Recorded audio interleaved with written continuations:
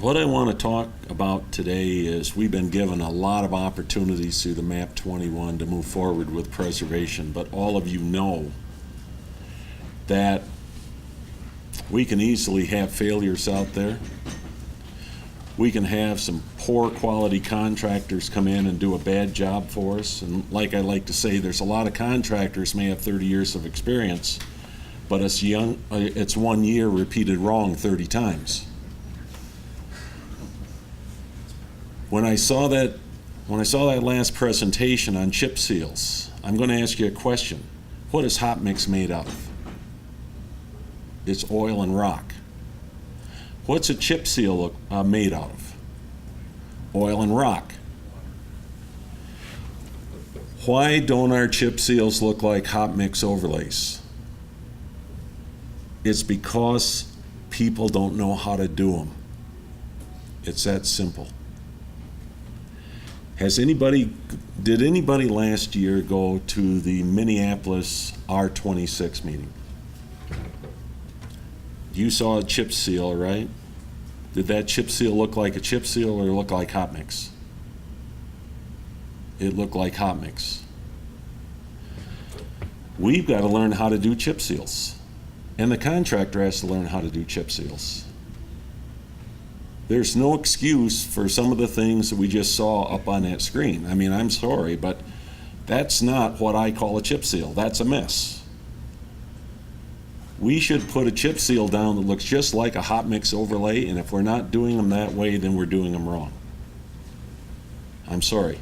So here's the point I'm going to make.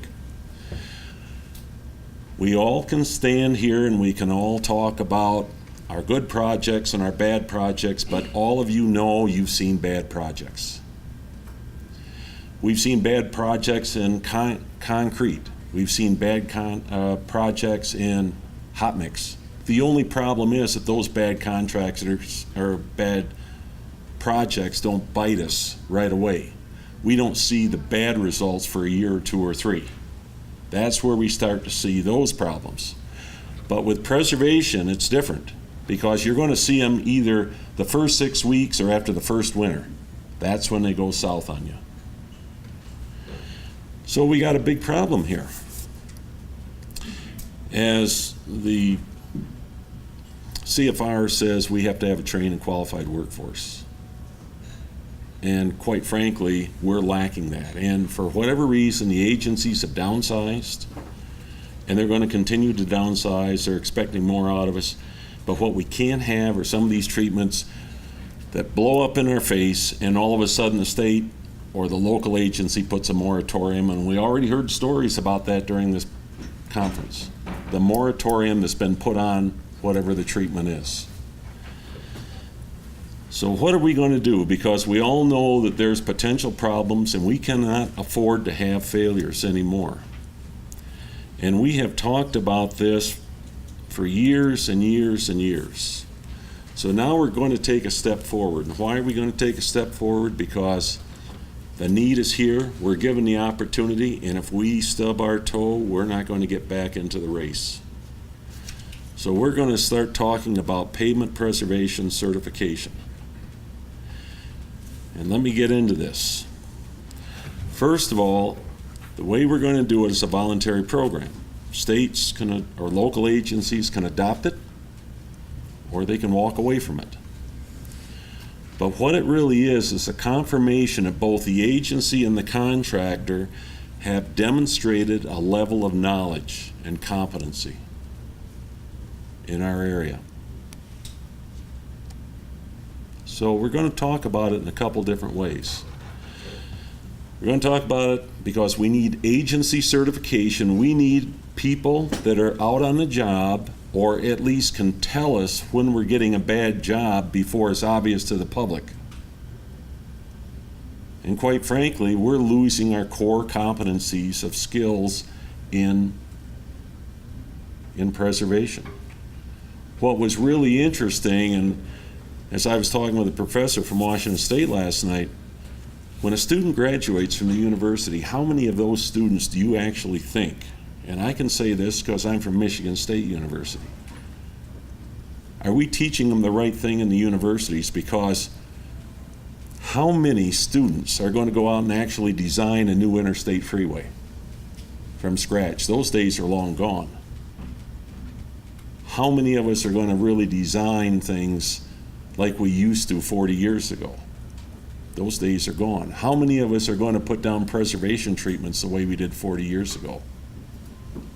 We still are, and that's our problem. We've got to move it up. We've got to step up to the plate. And so what we have to do is we really have to embrace this whole idea that we got to get ourselves up to speed. So we're talking about agency certification and we're talking about contractor certification. Because if we like it or not, that's going to be the future. If it's not the future, then we're going to drown in our own sorrow. There's a two-step process to this.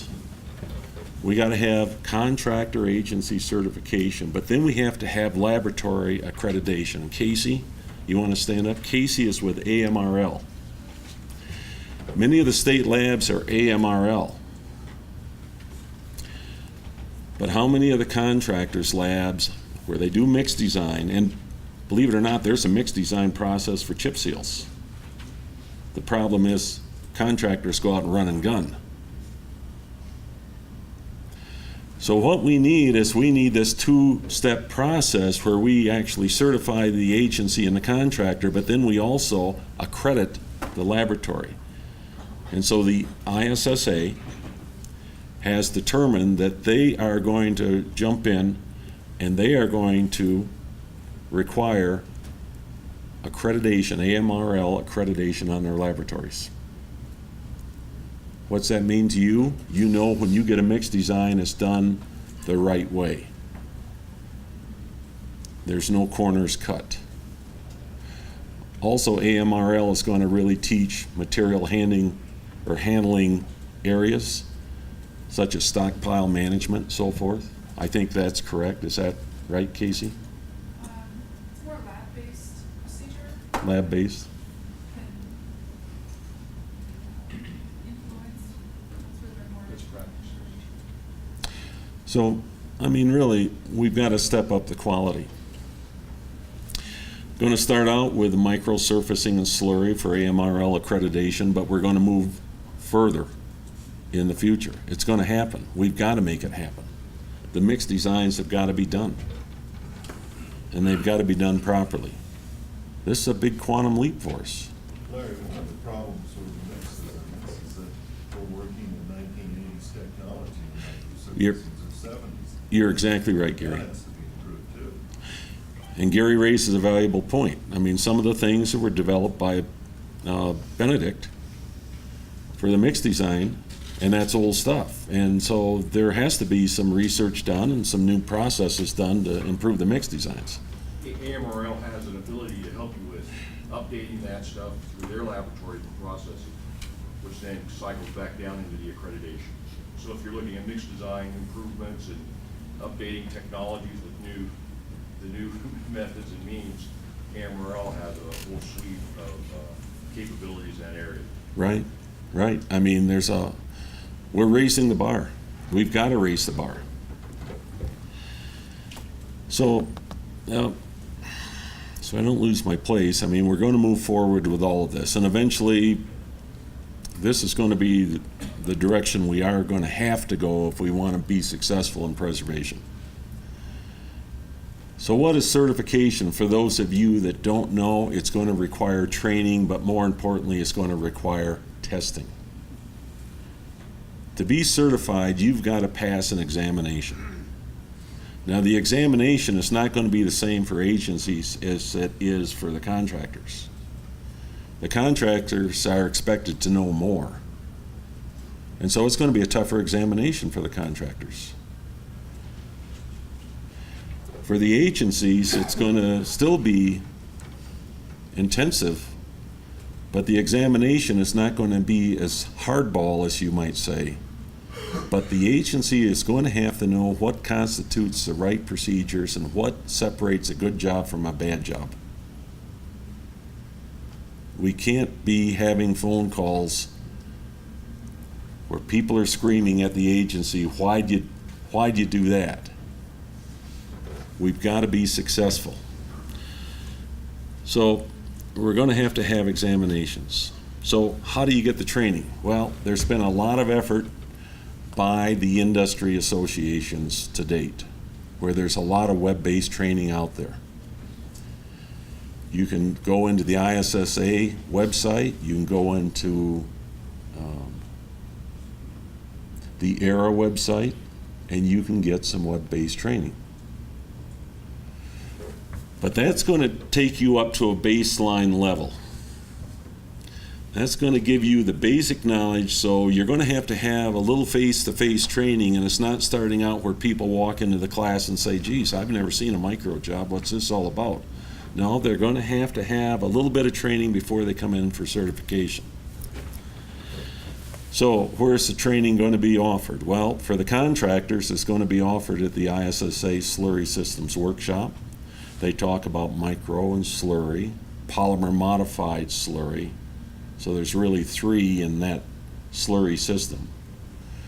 They're going to talk about chip seals. They're going to talk about crack sealing. They're going to talk about fog seals. And the contractors and agencies could go to that if you want. It's pretty intensive. It's 4 days. So that's one place. NCPP is going to offer courses. And then there'll be these web-based training courses. National Center at Michigan State University, we will provide the examinations and the record management. But we're going to have the the right people, and these would be mainly industry people that will be providing the training. They're not going to be people that are selling a product. They're going to be the knowledgeable folks that are going to come in and provide a lot of the training. So we're going to allow certification at first in 3 areas. You're not going to go in and get a pavement preservation certification. You're going to be certified for either the slurry systems, which would be the micro slurry or polymer modified slurry, or you can choose to be certified as chip seals, fog seals, scrub seals, or you can be chosen to be certified in rejuvenators, asphalt sealers, and crack treatments. Those are 3 separate categories. So how's it going to work? Well, for the agencies, and like I say, it's a voluntary program. This eventually, we are starting out as a pilot program, because you never jump in with both feet. There may have to be some tweaks. So we're running a pilot program for the first year, maybe 2 years, and then it's going to become a TSP2 AASHTO accreditation process. But right now, it's a pilot. And the state wants to be involved with a pilot, come see me. But what we're going to ask for is 1 certified individual on one of those 3 areas, or all 3, it doesn't matter, in those categories, and 1 person from each district or division or region, however the state is divided up, and 1 person from headquarters. What's their responsibility? Well, we all know that you may not know the inspector on a job until a few days before the job is actually before the pre-con. So this certified person would go to the pre-con meeting with the inspector. That certified person may have to give just-in-time training to that inspector. Hopefully the inspector has an opportunity to get on the website, get a little knowledge before the job begins. But the certified person would go there, provide the just-in-time training. The certified person would make sure that there was a mixed design and all the paperwork were in order, just like the project engineer, but they would have that knowledge. Because the mixed design coming in, at least on the slurry systems, requires a series of tests. They'll make sure those tests have been done. They'll go out with an inspector to make sure the equipment is calibrated properly. If you have a mixed design but you don't calibrate the equipment, then it doesn't mean a thing. So we got to calibrate. We got to make sure on chip seal, for example, we don't have the cornrows or drilling patterns. That's all done in calibration.